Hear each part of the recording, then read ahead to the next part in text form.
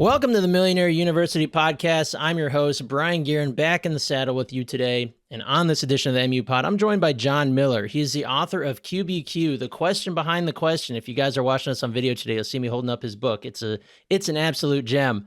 And guys, he happens to be one of the foremost leaders when it comes to personal accountability in work and in life.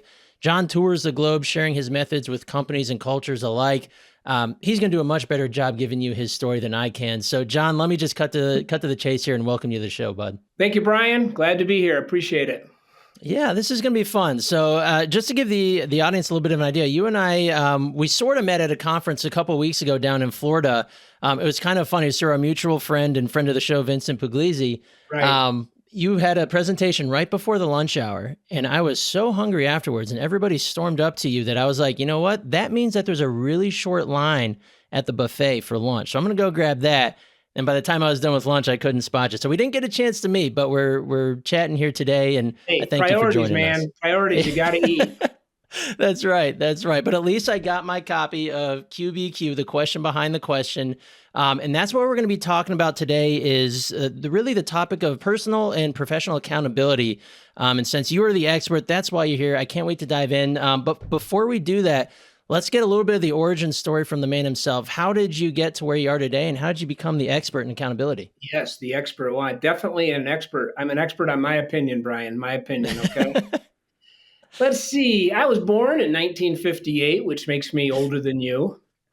And Only I slightly. grew up in Ithaca, New York, went to Cornell University. My dad was the Cornell wrestling coach for 25 years. He was also a pastor of a church. My wife lived 5 miles away, and I asked her out when she was 16 and I was 18. And in 1980, we married and we moved out of town forever with a big company, my first employer. 5 years after living in 3 different cities with that big employer, I realized it was a bad fit for me. I was a natural salesperson. Somebody said to me, "You should get into sales." And I remember thinking, "Oh, no, I've never sold." Well, then all of a sudden, I'm out doing interviews selling myself.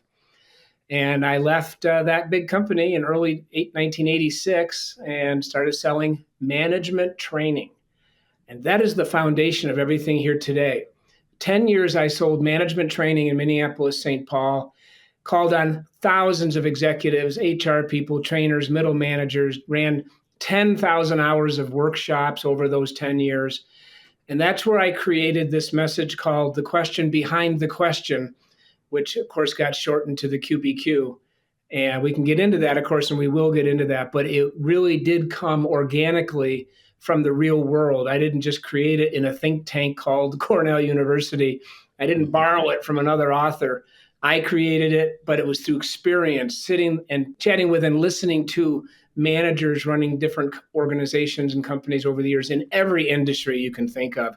And so here we are all these years later, and we're still out talking about this core message. And you already gave the phrase. It's all about personal accountability. That's what we teach. Well, and I want to lend some credence to this in case folks haven't heard of it yet. It's my understanding that Dave Ramsey has all of his employees, anybody who works with him, anyone in his sphere, read the QBQ as a requirement. So, Yes. I mean, this is kind of next level stuff. And I just finished reading it last week, and it's fantastic. I mean, it's everything that, even if you like, for those who maybe don't feel as accountable, definitely an important read. But even those of us who are, we have family, we have businesses, we're aspiring entrepreneurs, we have these responsibilities. Accountability is a thing. We could all be better at it. And QBQ at a minimum is a fantastic reminder of that, but also gives you kind of some cutting edge or some ideas and ways to improve upon it. So let's let's look at that. What exactly is the QBQ? And, I know you came up with that idea over years of experience in the real world, if you will. But lead us down that road. You bet. As I sat in these sessions over the years, I started to hear questions that I thought there could be a better question behind that question, the QBQ. So, managers would say, "Why don't my salespeople sell the way I sell?" And people would say, "When will that department do its job right?" And people in general would ask, "Why do we have to go through all this change?" Like one woman said to me, "I don't mind change, but do we have to do it all at once?" And when is someone going to train me?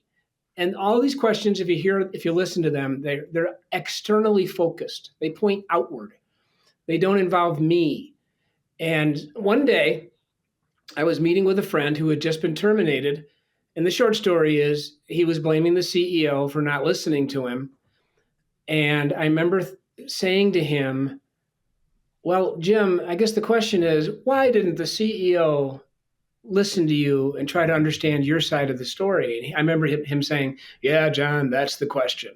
And then I walked out of the restaurant that day and I thought, wait a minute, that's not the question. The question behind the question for this man would have been, what could I have done differently? Why did what caused my team to go around me while I was on vacation and talk to the CEO about my behavior? In other words, it was all about blaming his boss. And I understood at the moment he was upset, he was hurt, he was frustrated, he was angry. These are real feelings. And that's why it takes emotional discipline to say, well, wait a minute, let me ask the question behind the question, the QBQ. So instead of, why do we have to go through all this change, which is very frustrating for people? How can I adapt to the changing world? Instead of asking, when is my manager going to coach me more? How about asking, well, what can I do to improve myself today? So it's all about asking the question behind the question. It's a little painful, but Ben Franklin said, if it hurts, it instructs. So it's okay to feel that pain when we look in the mirror. That's accountability. I think it's funny that just this morning I had an example of this with my daughter. I was dropping her off at daycare, and you're also the author of How to Raise Accountable Kids, which is the next book that I'm going to be reading. You Yeah, mean you're showing it here on this video. book, Brien? Are Yes, you that mentioning one. Look this at book? that. Imagine that. Well, we do have But 7 it's kids and almost 15 grandchildren. So my wife and I thought we had a few things to say. Yep. So that's going to be full of gold. That's for sure. Thank you. And as someone with 4 of my own kids under the age of 7, I'm running Yes. into this a lot. So I need to read Amazing. that because just this morning I was dropping my daughter off at daycare and she had her backpack and her lunch bag, little lunch bag. And we're walking into the daycare and she trips over the bag, right? She's fine. Didn't hurt her thing. And she immediately turns around and goes to me, Dad, why did you have me carry that lunchbox? I tripped over it. And I immediately thought to myself, I was like, there's a question behind this. Yeah. I know it's there. So this We got a teacher. Get her to read the book. Come on. that's right. I know I need to get that. Oh my gosh. But it just kind of hit home that this personal accountability it's personal, right? It starts with you, but it affects everyone around you. It does. So I want to ask, it makes this imperative in organizations and individuals, but why is that? Why, or maybe why is it so hard for many of us to think of it that way? Is it just the way, is it inborn in us that way? We need accountability in organizations for one core reason. How else can we solve problems? What's the antithesis of accountability? I love that word. What's the opposite of accountability? Blaming, whining, complaining, pointing fingers. It's Brian's fault. If only the CEO would give us the vision, if only that department would, understand what we do in our department. As long as I'm externally focused, I'm not solving any problems. And not to be too dramatic here, but the world today is too complex, too confusing, too competitive, and there's just too much change to have an organization where individuals are pointing fingers at each other. Now, teamwork is great, but not when I hide behind the team. We talk about that in the QBQ book. So we need to make sure that, I'm on a team, but I'm asking, what can I do today to support the team? Not when will other people on the team work harder? So it's all about personal accountability, and we need it because I can't, and the organization cannot, solve problems and move forward until individuals take accountability. Now, let me just say this, Brien. If you want to use the word responsibility or ownership or extreme ownership, any of those phrases out there, that's fine. We just happen to use the phrase personal accountability, and that's what we've become known for at qbq.com, is we speak and we train on personal accountability. And John, we're talking to a lot of either early stage or entrepreneurs in general or aspiring entrepreneurs. And I think that this accountability comes into play immediately when you decide to go into business for yourself, especially if you're serving others, right? Whether you have a product business or a service business, the accountability hits you immediately. And I remember that when I first started my business 8 years ago, it was, especially as a solopreneur, it's on you. You have to be the one that has the integrity and the accountability. And at first that can be hard because you're trying to figure out your new business, or maybe you're trying to go out there and get new clients, or you have a few new clients and they're new to you, you're new to them. And it's all about being able to show them that you're trustworthy, right? And I think that starts with the accountability. There's an old phrase, most of your listeners and viewers have heard it. If it is to be, it is up to me. That's really what we're talking about. When I left the big company in early 1986, and I know that sounds like a long time ago, okay, but I still feel young at almost 67. When I left that big company, I had support. I was going out to sell video-based training, and people said, "What? You're crazy. Who's going to buy videos?" Because back then the only videos were maybe not even at Blockbuster yet, and people think, they're going to buy video-based management training from you. Well, the short story is I did well at it because I loved the industry and I got excited about facilitating training sessions and being with people. But I do realize that in spite of the fact that I had a couple mentors who taught me and trained me well, nobody else was going to get up and make those phone calls at 7 a.m. because that's what back then we had to reach prospects by phone. And, I had to be dialing at 7 a.m. to get past what we called secretaries back then, or I had to call at 6 p.m. And then I had to call throughout the day. And I had to make 50, 60 phone calls a day, Brien, to maybe set up 2 or 3 face-to-face appointments in Minneapolis, St. Paul. And it was hard work, but I have never had more fun and pain in my life versus the 5 years I spent sitting at a desk 8 to 5 after my Cornell experience. So it was all about me making the calls, being accountable. And then 10 years later, I left my mentors. And I'd been on commission for years. 8 years I'd been on commission. So I was really an entrepreneur. But I left them and went off and started QBQ.com, QBQ Inc. in 1995. So it has been 30 years and nothing changed. If it was to be, it was up to me. I had to make the calls. Maybe that ties into my next question. I know there's a chapter on this in the book, but where does the intersection of procrastination and accountability, where does that occur, and how do those two play into one another? Because I know procrastination is a huge thing. I mean, it's a huge thing across the board, but in entrepreneurship, I feel like sometimes we're just as guilty of it, if not more. Well, okay. In the book, thank you. Good question. In the book, there's 3 traps that QBQ helps all of us eliminate. The first one is victim thinking, and its first cousin would be entitlement thinking. The second trap is procrastination and inertia, lethargy, putting off action. And then the third trap is blame and finger pointing. So if you're interested in making sure you're not ever playing the victim and feeling sorry for yourself or delaying action or pointing fingers, if you want to make sure you're not doing those things, grab a copy of QBQ because we show you how to not do those things. Okay. But I am no expert on procrastination. There are a myriad of reasons why people delay action. And the experts would talk about fear of failure and our perfectionism. I have a daughter. One of my daughters is such a perfectionist, it slows her down from taking action because she doesn't want to do it wrong. There's a lot of reasons we procrastinate. What we teach in QBQ is listen to yourself. Are you asking, when will the customer return my call? When will I get more support? When will the state reduce the regulations and the burden on me? When will somebody help me out? When will my wife or my husband? If I'm asking, when will others? When will she? When will he? Then I really have just said, hi, my name is John, and today I will habitually defer action to a future time so as to render no value to others. Now, nobody would say that. Right. But that's what we're saying when we say, well, when will the client get back to me? When will I get a break? That's procrastination. We turn those questions around when we use the QBQ by saying, well, what can I do today to be more effective? What can I do today to make a difference? I also think in the procrastination area, it's not always about delaying action. It's about engaging in the wrong things. When I first became a speaker, I saw other wannabe speakers, and I was a wannabe speaker, thought that if they went to more meetings like Speakers Association or the Chamber of Commerce, they'd just get gigs, they'd get engagements. You know where I was, Brien? I was back home in my house in my basement, picking up the phone and making phone calls. So procrastination really isn't only about delaying action. Sometimes it's about engaging in the wrong activities. But that's sometimes where a coach might come into play, helping guide someone to say, really? You're going to the Chamber of Commerce luncheons? Why aren't you at home dialing those vice presidents who can hire you? That's what I Right. was doing. Anyway, action. QBQ is all about getting stuff done Action over everything, right?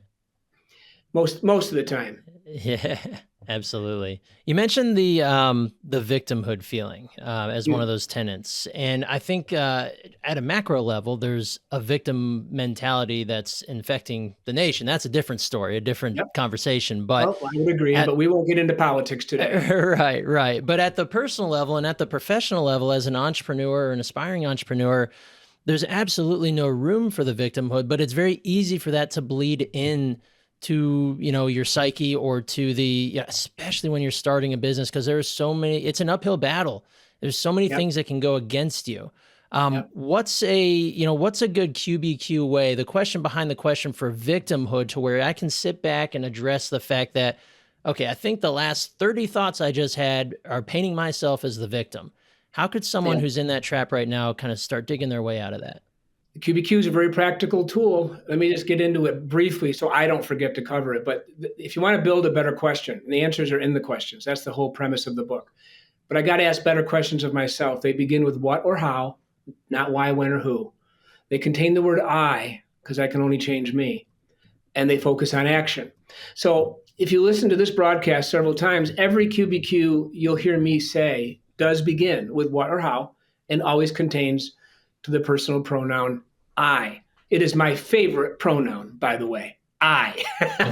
what, can, There you go. what can I do today to change me? What can I do today to be more effective? So if you look at victim thinking, wallowing in a quagmire of self pity, and I'm not immune from this. I wrote the book because I need it. People have asked me, why'd you write the QBQ book, John? Well, because I need it.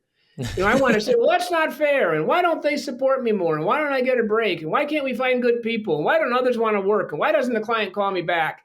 The minute I ask these why me questions, I have begun to play the victim. Turn that around by saying, well, what can I do right now to move forward? What can I do to contribute? So, on a macro level, somebody might in this country say, why doesn't the government give me more? That's just a general IQ, incorrect question, we call it, incorrect question. Why don't I get more? When they could be asking, what can I do today to contribute to the world? It's a whole different way of thinking. And here's the key with victim thinking, Brien, and I tell every group this. When we play victim, who am I serving? And we have to be very careful with our answer, because sometimes audiences will say, I'm only serving me. No, no, no, no. I'm not serving myself or others if I'm playing the victim. The victim state is really unproductive. I can get out of it, not through a motivational speech or even a podcast. I can get out of it by asking a better question that begins with what or how, contains an I, and focuses on action. I love that. You mentioned IQs, incorrect questions. Yes. Can you give us some examples of that? Because I think you'll definitely touch on some that someone who might be listening today might be asking themselves literally the same incorrect questions. And Well, after reading your book and learning about them, I have asked myself a million of those IQs, and I still do to this day, right? Where none of us are perfect, but what are some of those and what do they look like? the IQs are just, I've shared several here already, but when will the customer call me back, and why don't I get more support, and who dropped the ball, and who made the mistake, and who missed the deadline, and why is this happening to me? And anything that begins with why feels like a poor me tone. Anything that begins with when puts the onus for action on someone else. And anything that begins with who done it question is a blame. I wrote a book also called Outstanding: 47 Ways to Make Your Organization Exceptional. Okay. This book, the QBQ book, is all about getting rid of the blame. But when we wrote this book, which is broader for organizations, we put a whole chapter in there on stop seeking culprits. Really effective organizations people do not run around saying, who made the mistake? Now, we do need to get to the root cause of problems. But when we're asking whodunit questions, we are creating fear, we are reducing creativity, we are breaking apart teams, we are driving wedges into relationships. Who made the mistake is a very dangerous question. So in the QBQ book, we'll talk about getting rid of the why questions, the when questions, and the who questions, because they lead us to victim thinking, procrastination, and blame. I love that. And I feel like when you're accountable for yourself and for your position, whether it's an entrepreneur or you work at a business, wherever, that seems to play right into customer experience. And that is such a huge Yeah. thing, especially if you're running your own business. You set the tone when it comes to how your clients or customers are treated, whether it's just you working with them or you and some teammates or you and a bunch of employees. You set that tone. And if you are accountable, if your employees or the people that work with you, your teammates are accountable, now your customers know that you are accountable, and that leads to a incredibly positive customer experience. Yeah. Can you share a little bit more about how the intersection of accountability and customer experience plays into one another? Okay. Part of it is my personality. Ever since I was probably 5, I want to get things done yesterday. That's just who I am. In the QBQ book, I even write, I'd rather be the type of person who is sometimes told to wait than the person who waits to be told. Big difference.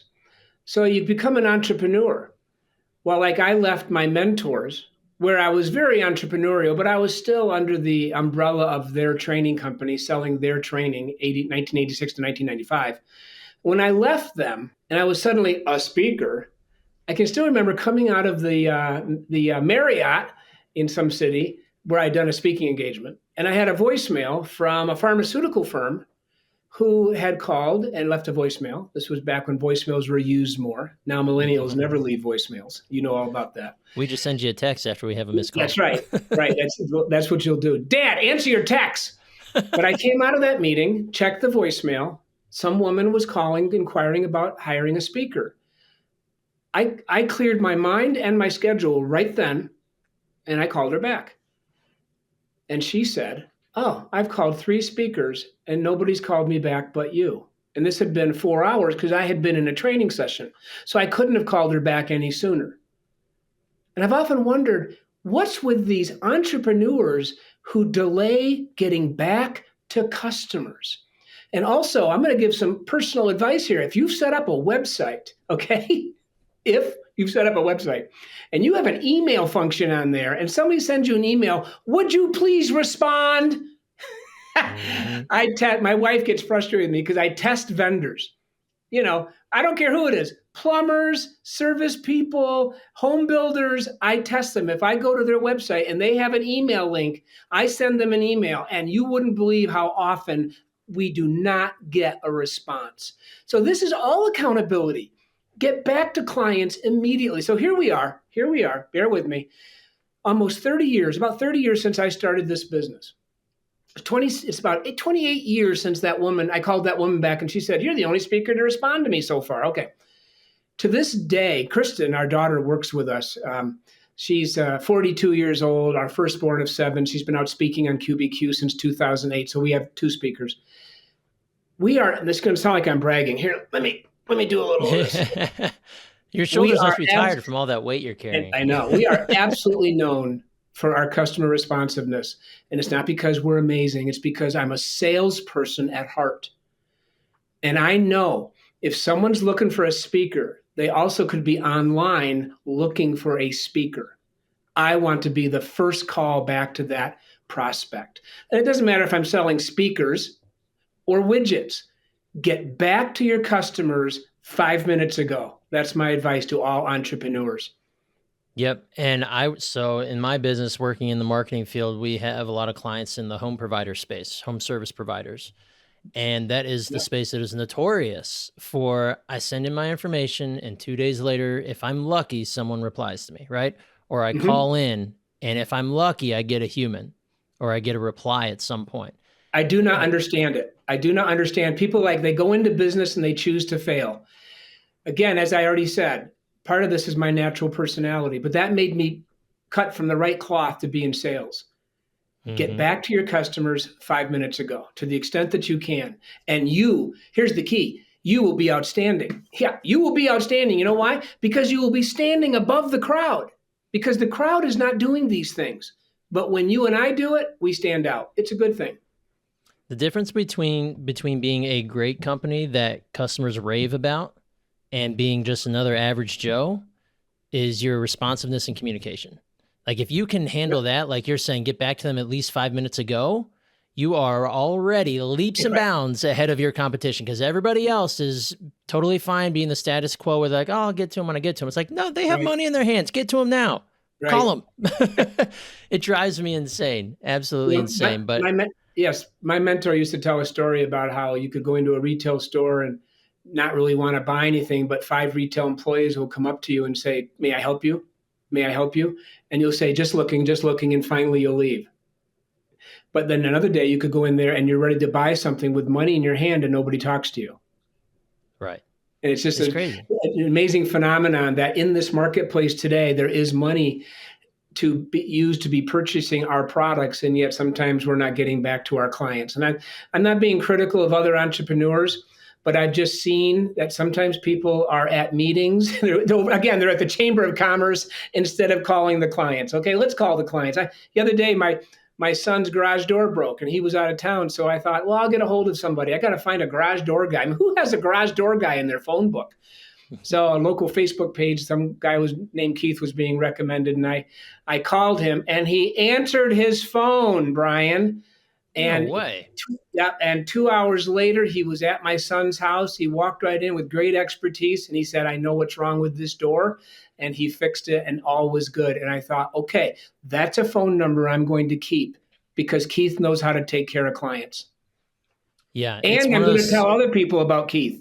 See, that's a key point. I will tell other people about Keith. You got a garage door problem in the Denver area? Call Keith. Exactly. And it's one of those where you're creating raving fans because you're accountable to yourself, you're accountable to your business, and you're doing Yep. what is right for those who have a problem of which you have the solution.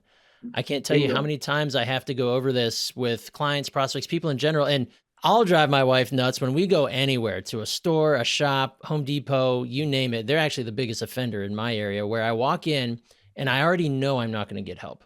Yeah, I'm not I a know. hardware nut. I don't know what I need. I know what I Yeah, need, but I don't know how to get it.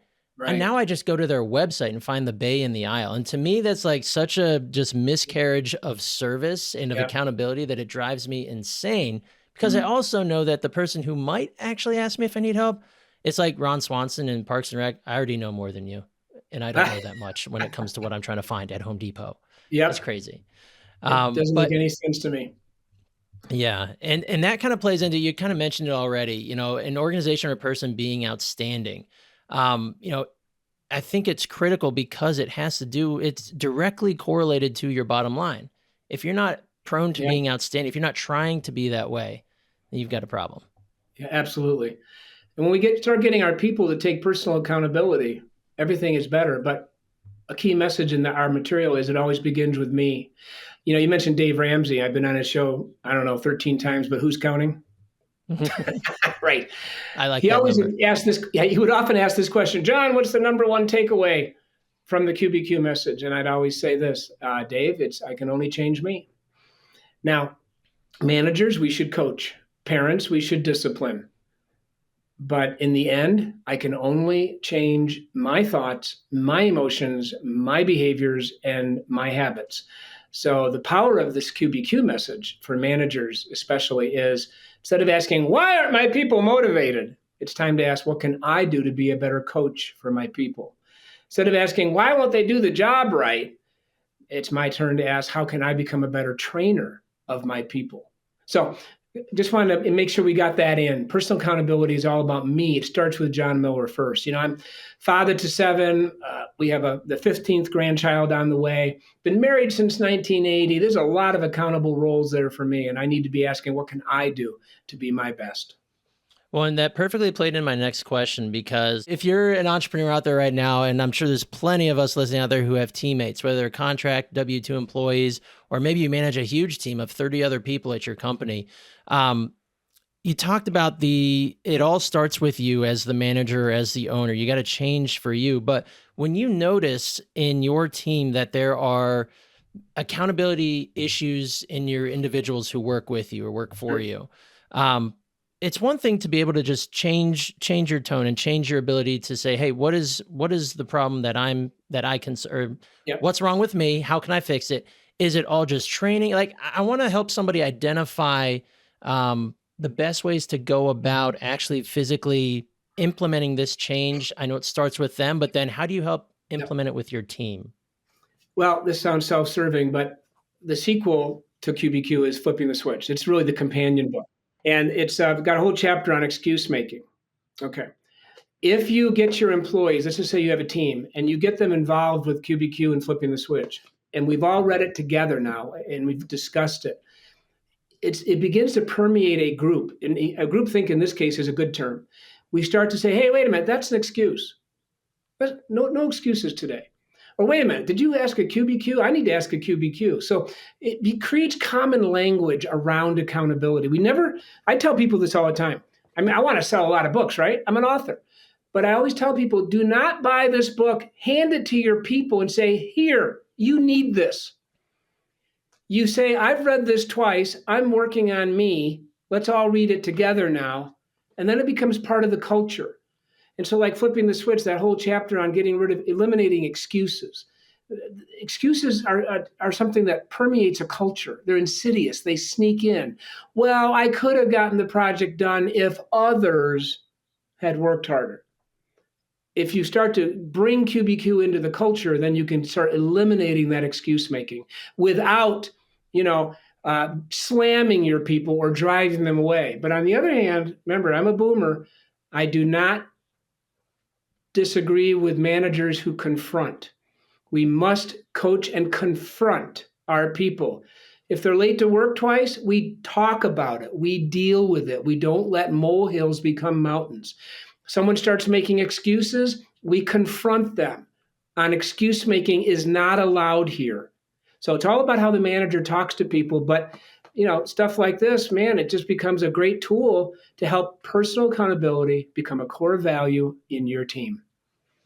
Well, and I think that point you made about feedback early and often. I know in working with Justin here at Millionaire University, when we first started working together almost 2 years ago, that was one of the big things we talked about, and that he said that, hey, when we're working together, I'm going to bring a lot of feedback. It's going to be fast, it's going to be heavy, and there's going to be a lot, but it's all going to be for the net positive of improving what we're doing here at the podcast with the company in general. Yep. That's where I first learned the importance of managerial, we're partners in the business, but managerial feedback. And I've been a part of organizations before running my own shop where there was no feedback or it was all negative feedback. And I just remember how horrible that made me feel, where I'm like, even the ones where there was no feedback and it was basically just passive aggressive, it was like, well, now I don't even know if I'm doing well. And I think that's not the right way to do this, or maybe that's incorrect, but no one's telling me. So I guess I just keep doing it this way. Like, that was a horrible place to be. I'm smiling because I'm actually switching gears to parenting.